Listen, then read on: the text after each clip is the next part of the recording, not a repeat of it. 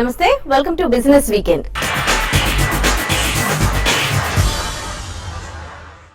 Liquor king Vijay మాల్యాపై దేశ బహిష్కారం విధించే అంశాన్ని కేంద్రం పరిశీలిస్తోంది. ఐడీబీఐ బ్యాంక్ నుంచి 900 కోట్ల రూపాయల రుణం తీసుకోవడంతో పాటు హవాలా మార్గంలో డబ్బును మళ్లించిన కేసులో మాల్యాపై దేశ బహిష్కరణ విధించాలని ఎన్ఫోర్స్మెంట్ డైరెక్టరేట్ విదేశీ వ్యవహారాల శాఖను కోరింది. ఇప్పటికే మాల్యా పాస్పోర్ట్ ను తాత్కాలికంగా రద్దు చేసిన కేంద్రం బహిష్కరణ అంశంపై న్యాయ నిపుణులను సంప్రదిస్తోంది. ఒకసారి దేశ బహిష్కరణ చర్యలు ప్రారంభమైతే మాల్యాను వెనక్కి పంపించాల్సిందిగా బ్రిటన్ సహాయాన్ని భారత్ కోరే అవకాశం ఉందని ఈడీ వర్గాలు తెలిపాయి. Is of doing business in Telangana పేరుతో భారత పరిశ్రమల సమాఖ్య అసోచామ్ హైదరాబాద్ లో ఓ సదస్సుని నిర్వహించింది. ఈ సెమినార్లో వ్యాపారవేత్తలు, తెలంగాణ ప్రభుత్వ ప్రతినిధులు పాల్గొని రాష్ట్రంలోని వ్యాపారానికి అనుకూలించే అంశాలపై చర్చించారు. Is of doing business in Telangana seminar విశేషాలు ఇప్పుడు చూద్దాం. ప్రపంచ దేశాలు వ్యాపారానికి అత్యంత అనుకూలంగా ఉన్న దేశంగా సింగపూర్ ఫస్ట్ ప్లేస్ లో ఉంది.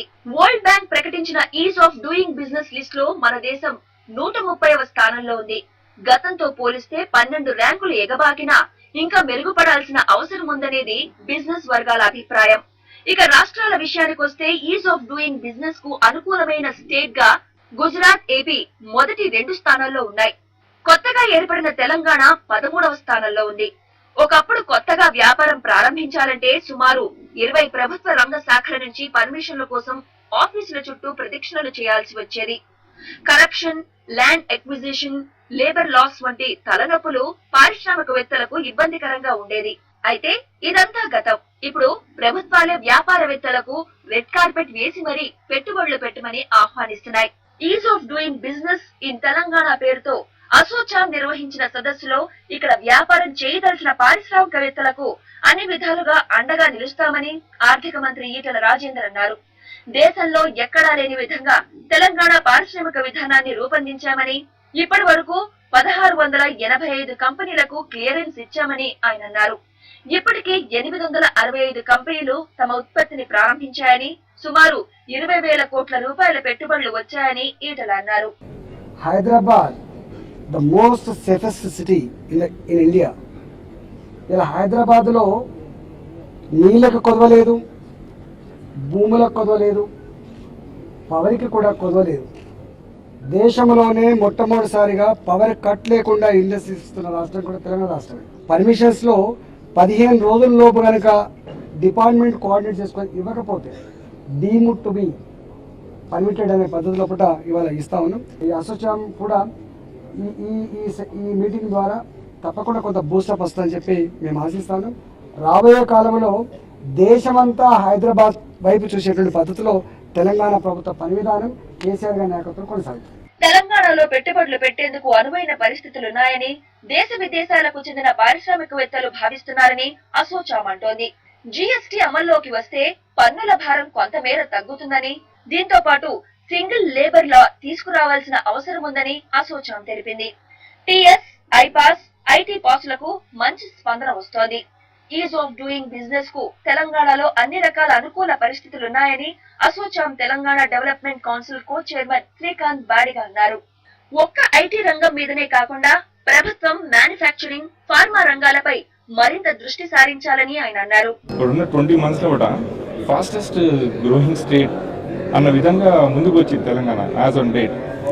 ఏఎస్ఐ పాస్ కూడా one of the main revolution in the industrial policies. మన వచ్చి ఐటీని కేంద్రీకరించకుండా మన Hyderabad it was pharma city of India. Plus we have and heavy machinery కోసం కూడా మనకి it was well known for Hyderabad. So we lost all this traffic. Now ఒక challenge is to bring back అవన్నింటి కూడా తీసుకున్నాం. మళ్ళీ ఇంకోసారి pharma city of India is Hyderabad అనిపించుకోవాలి. Industrial hub of India Hyderabad, మీ తెలంగాణ అని అనిపించుకోవాలి. ఎన్నో రిసోర్సెస్ ఉన్నాయి. ఇవన్నింటినీ కూడా కేంద్రీకరించుకొని we need to concentrate on all this things. IT is any house, ఇంకా no stopping for IT. The Hyderabad will be number 1 in the world. Next Silicon Valley will be Hyderabad. Industrial పాలసీకి తోడుగా rural infra, skill డెవలప్మెంట్ల మీద తెలంగాణ ప్రభుత్వం మరికొంత focus పెడితే మరిన్ని పెట్టుబడులను ఆకర్షించే అవకాశం ఉందని అసోచామ్ అంటోంది. గత ఏడాది కాలంగా ఐపీఓకు వచ్చిన సగానికి పైగా స్టాక్స్ ఆఫర్ ప్రైస్ ఎగువన ట్రేడ్ అవుతున్నాయి. గత 12 నెలల్లో బీఎస్ఈ ఐపీఓ ఇండెక్స్ 4% లాభాల్లో ఉంటే సెన్సెక్స్ మాత్రం 6% కరెక్షన్ కు గురైంది. 2015-16 ఆర్థిక సంవత్సరంలో దాదాపు 25 కంపెనీలు పబ్లిక్ ఇష్యూకి వచ్చాయి. మార్కెట్లు తీవ్ర ఒడిదుడుకులకు లోనవుతున్నప్పటికీ ఆయా కంపెనీలు ఐపీఓపై ఉత్సాహం చూపాయి. గత ఏడాది ఏప్రిల్ 1 నుంచి ఇప్పటి వరకు ఆయా కంపెనీలు సామర్థ్య విస్తరణ కోసం 16,675 కోట్ల రూపాయల నిధులను సమీకరించాయి. ఇష్యూకు వచ్చిన 25 కంపెనీల్లో 15 కంపెనీలు ప్రస్తుతం ఇష్యూ ప్రైస్ ఎగువన ట్రేడ్ అవుతున్నాయి. మిగతా 10 కంపెనీలు ఇన్వెస్టర్లకు నష్టాలను మిగిల్చాయి. ఐపీఓకు వచ్చిన 10 కంపెనీలు ఇష్యూ ప్రైస్ కంటే 20% ఎగువన ట్రేడ్ అయ్యాయి. 4 కంపెనీలైతే ఏకంగా 50% లాభంతో లిస్ట్ అయ్యాయి. 205 రూపాయల ఇష్యూ ప్రైస్ కలిగిన విఆర్ఎల్ లాజిస్టిక్స్ ప్రస్తుతం 407 రూపాయల దగ్గర ట్రేడ్ అవుతోంది. అంటే విఆర్ఎల్ లాజిస్టిక్స్ దాదాపు రెట్టింపు లాభాలను అందించింది. ఇక శ్రీ పుష్కర్ ఇష్యూ ప్రైస్ 65 రూపాయలు కాగా ప్రస్తుతం 134 దగ్గర ట్రేడ్ అవుతోంది. అంటే గత ఏడాది సెప్టెంబర్ 10న లిస్ట్ అయిన శ్రీ పుష్కర్ కేవలం 7 నెలల కాలంలోనే 106.77% రిటర్న్స్ ఇచ్చింది. మిగిలిన షేర్లలో doctor Lal pathlabs 76.36, Manpasand beverages 63.59, PSC infotech 38.89, SH Kelkar 34.56, inter globe aviation 30.88%, Equitas holdings 25.14, Navkar corporation 21.29%, Narayana Hrudayalaya 19.6, Alkem labs 17.33% returns ఇచ్చాయి. Infibeam 14.12%, team release services 7.53, Prabhat dairy 3.3% లాభపడ్డాయి. ఇక MAP infra 33.17%, coffee day 26.22, quick heal technologies 21.68, ఇక ప్రిసిషన్ కాంషాఫ్ట్ 21.67% నష్టపోయాయి. UFO movies 17.76%, Pennar engineering 11.85, health care global 12.29% correction కు గురయ్యాయి. Power mech 7.77%, Sadbhav infra, Bharat వైడ్ లోబ్స్ లు 3.11% చొప్పున నష్టపోయాయి. ప్రస్తుతం మార్కెట్ కు వస్తున్న కంపెనీల్లో ఎక్కువ భాగం వ్యాపార విస్తరణకు అవసరమైన నిధుల సమీకరణ కోసం ఐపీఓలకు వస్తున్నాయి. మార్కెట్ కు వచ్చిన ప్రతి పబ్లిక్ ఇష్యూకి దరఖాస్తు చేసి ఇన్వెస్టర్లు చేతులు కాల్చుకునే బదులు ఇష్యూ సత్తా ఏంటనే విషయాన్ని 1-2 సార్లు చెక్ చేసుకుని అప్లై చేయాలని మార్కెట్ నిపుణులు సూచిస్తున్నారు. రాబోయే రోజుల్లో కొంచెం మార్కెట్ పుంజుకుంటే మాత్రం చాలా ఐపీఓస్ వస్తాయి. ఎందుకంటే మార్కెట్ రివైవల్ తో సహా ఇటువంటివన్నీ కూడా మార్కెట్ లోకి వస్తాయి. రీసెంట్లీ మనం చూసాం cafe coffee day is one of the best franchises, కానీ అంతగా రిటర్న్ రాలేదు ఎవరికి. నారాయణ హృదయాలయ అది హాస్పిటల్ స్టాక్ అని it gave a decent return, and health care global ఇటువంటివి.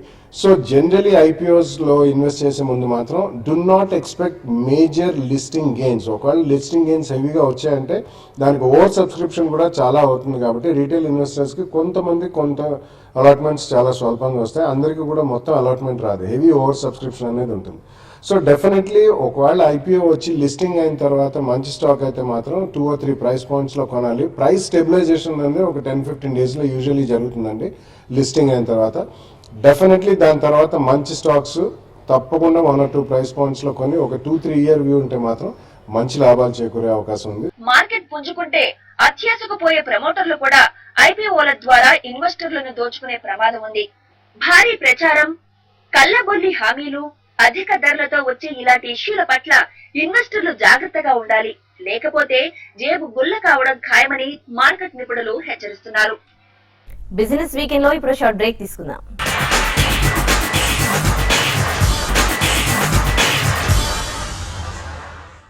Welcome back to business weekend.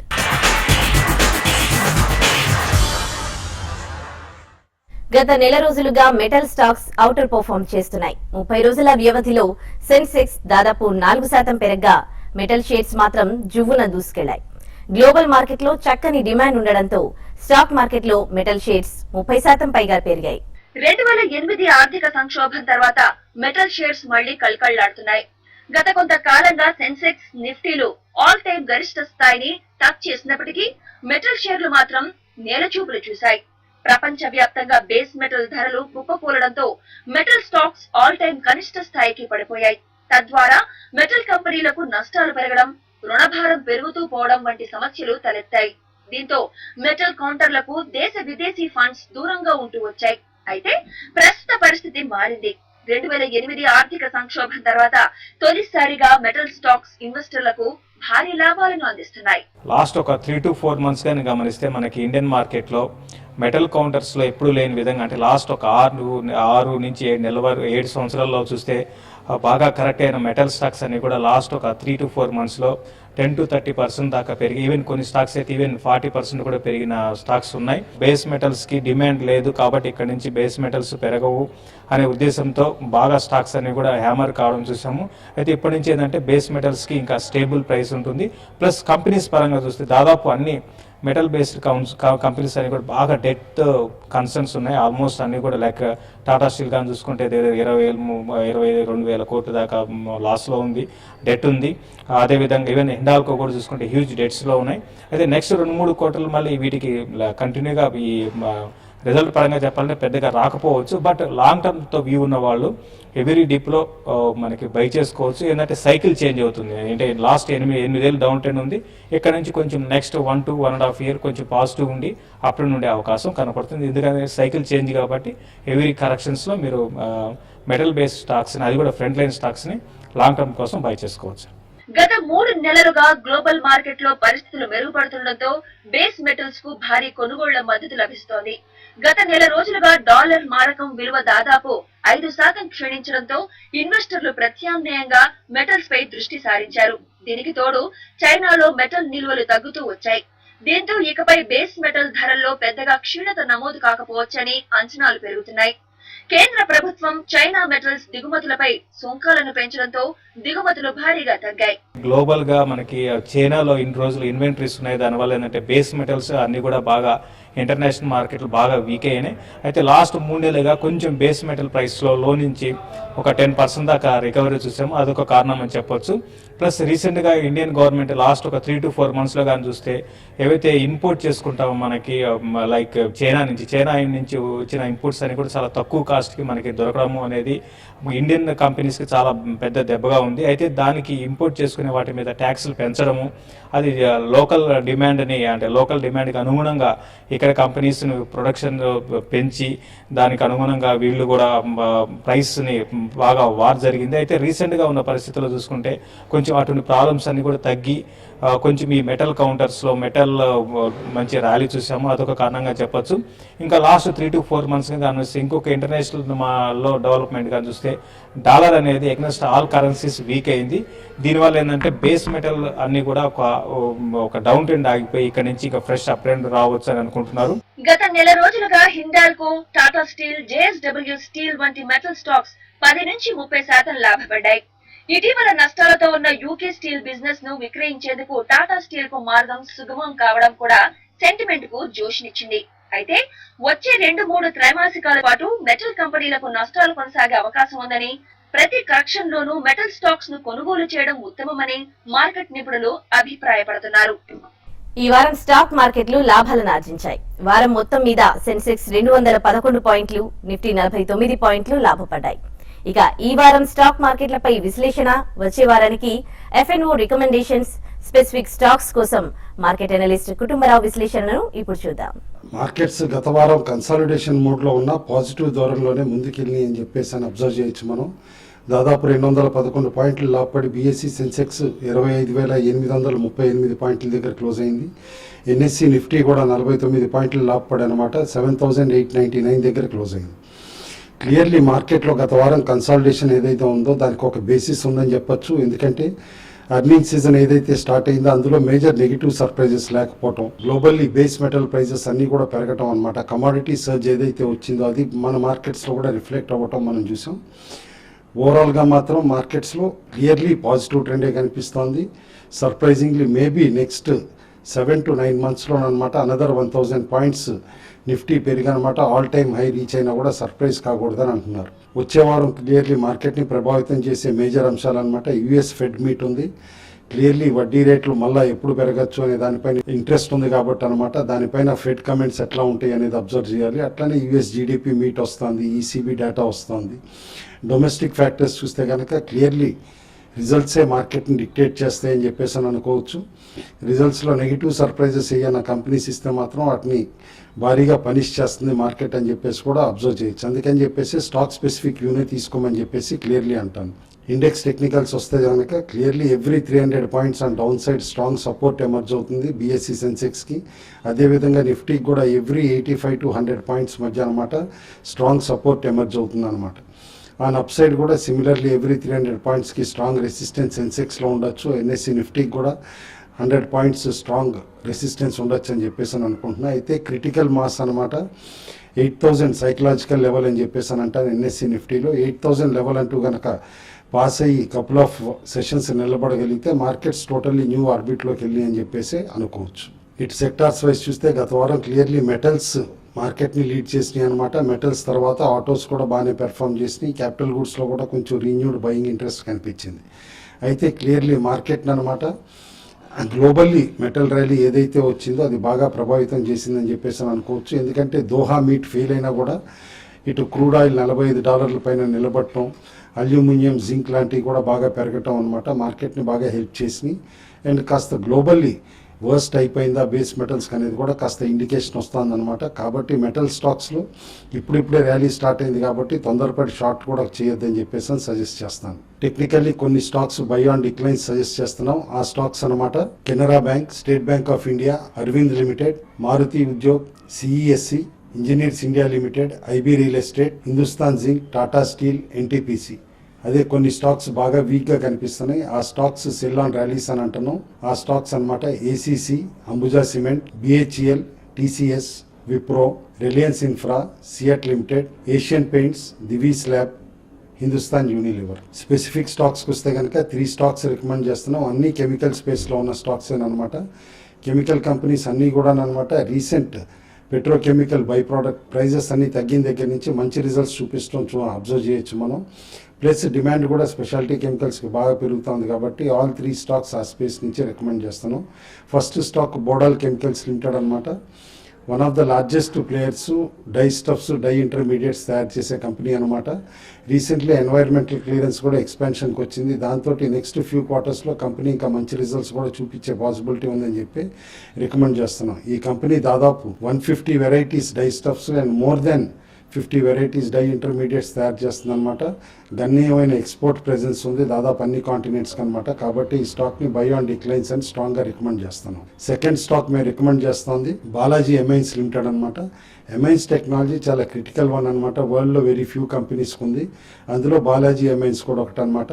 Methyl amines, ethyl amines and డెరివేటివ్స్లోనమాట ఈ కంపెనీకి స్ట్రాంగ్ ప్రెజెన్స్ ఉంది. అండ్ యూజర్ ఇండస్ట్రీస్ అనమాట. ఫార్మా అండ్ పెస్టిసైడ్ సెక్టార్సే కాకుండా సెక్టార్ స్పెసిఫిక్ స్పెషాలిటీ కెమికల్స్ కూడా ఈ కంపెనీ తయారు చేస్తుంది. షోలాపూర్లో ఒక 5 స్టార్ హోటల్ కూడా ఈ కంపెనీ కింద ఉందన్నమాట. ఓవరాల్గా రీసెంట్ డీబాటిల్ నెక్కింగ్ తర్వాత కంపెనీ స్టేబుల్ మార్జిన్స్ తోటి కాస్త ప్రాఫిట్ మార్జిన్స్ కూడా ఎక్స్పాండ్ చేసుకోగలుగుతుంది. బై ఆన్ డిక్లైన్స్ అని ఈ స్టాక్ కూడా సజెస్ట్ చేస్తాను. థర్డ్ స్టాక్ అనమాట మేము రికమెండ్ చేస్తుంది మేఘమనీ ఆర్గానిక్స్ లిమిటెడ్ అనమాట. ఈ కంపెనీ సబ్సిడరీ మేఘమనీ ఫైన్ కెమ్ లిమిటెడ్ అనేది రీసెంట్లీ కాస్టిక్ పొటాష్ ప్లాంట్ కూడా అనమాట కమిషన్ చేసుకోగలిగింది. కాబట్టి both top line and bottom line కూడా ఈ కంపెనీది నెక్స్ట్ 2 క్వార్టర్స్లోనే విజిబిలిటీ క్లియర్గా పెరుగుతుందని చెప్పేసి అనుకుంటున్నాం. ఈ కంపెనీ కూడా అనమాట డైస్ అండ్ పెస్టిసైడ్స్లో ఉందన్నమాట. డైస్లో స్పెషల్లీ గ్రీన్ అండ్ బ్లూ డైస్లో ఈ కంపెనీ స్పెషలైజేషన్ చేసింది. Basically leather, paper and other user industries అనమాట ఈ సప్లై చేస్తూ ఉంటుంది. పెస్టిసైడ్స్లో కూడా బోత్ అనమాట ప్లాంట్ అండ్ నాన్ ప్లాంట్ అనమాట లైక్ వుడ్ ప్రిజర్వేటివ్స్ ఇలాంటివన్నీ కూడా అనమాట ఈ కంపెనీ తయారు చేస్తూ ఉంటుంది. Good fundamentally sound company. Singapore ఎక్స్చేంజ్లో కూడా లిస్టెడ్ కంపెనీ అనమాట. బై ఆన్ డిక్లైన్స్ అని ఈ స్టాక్ను కూడా సజెస్ట్ చేస్తున్నాం. ఇవి ఈ వారం బిజినెస్ వీకెండ్ విశేషాలు. వచ్చే వారం మరిన్ని బిజినెస్ వార్తలతో మళ్ళీ కలుద్దాం. అంతవరకు చూస్తూనే ఉండండి వాస్తవాలకు ప్రతిరూపం TV5.